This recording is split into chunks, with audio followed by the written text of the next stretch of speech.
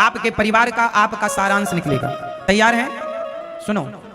एक बार नारद जी ने भगवान कृष्ण से कहा कि हे श्री कृष्ण, मैं जानना चाहता हूं कि आपकी माया क्या है। आपकी माया क्या है? मैं देखना चाहता हूं आपकी माया को। कैसी है आपकी माया?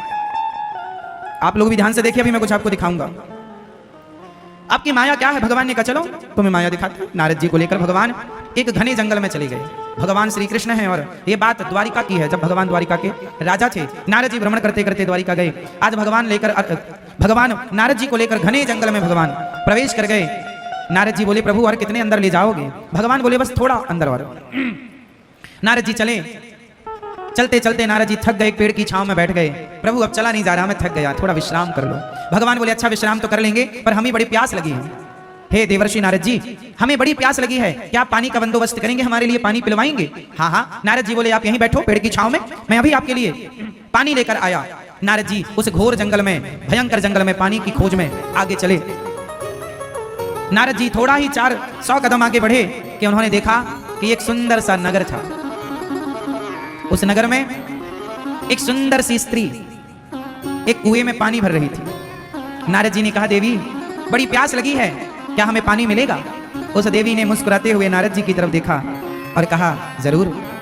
नारद जी ने ऐसे किया, अपने दोनों हाथों को आगे बढ़ाया। उसने घड़े से पानी नारद जी की अंजलि में डाली और नारद जी पानी पीते हुए अपने नेत्रों को उठा करके ऊंचा करके और उसकी सुंदरता को, स्त्री की सुंदरता को देखने में इतने मस्त हो गए कि भूल गए कि मैं कोई काम करने आया था। उस स्त्री से कहा देवी इस नगर का नाम क्या है? बोले इसका नाम है उत्तमपुर।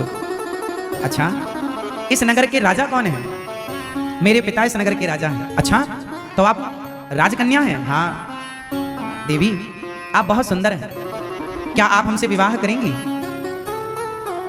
देवी ने कहा हाँ, यदि मेरे पिता तैयार हो जाएं तो मैं आपसे विवाह कर लूंगी। चलो हमें अपने पिता से मिलाओ। अब नारद जी उस लड़की के पिता से मिलने गए और भगवान भेजे थे कि जाओ हमारे लिए पानी लेकर आओ। और नारद जी अपनी शादी की चर्चा करने गए। लड़की के पिता से बोले आपकी कन्या बड़ी सुंदर है, हमें पसंद है। राजा ने कहा महाराज आप तो देवर्षि नारद जी हैं। हाँ हाँ ठीक पहचाना, हम देवर्षि नारद।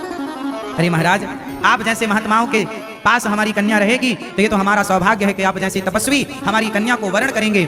लो भैया, सुंदर सा समय निकाला गया, तारीख तय की गई और नारद जी का उस लड़की से विवाह संपन्न हुआ। अब नारद जी हो गए गृहस्थी। ध्यान से सुनना, नारद जी हो गए गृहस्थी और नारद जी ने गृहस्थी में रह करके बड़े प्रेम से उस नारी के संग रहकर आनंद लिया। एक दिन उनके ससुर की मृत्यु हो गई।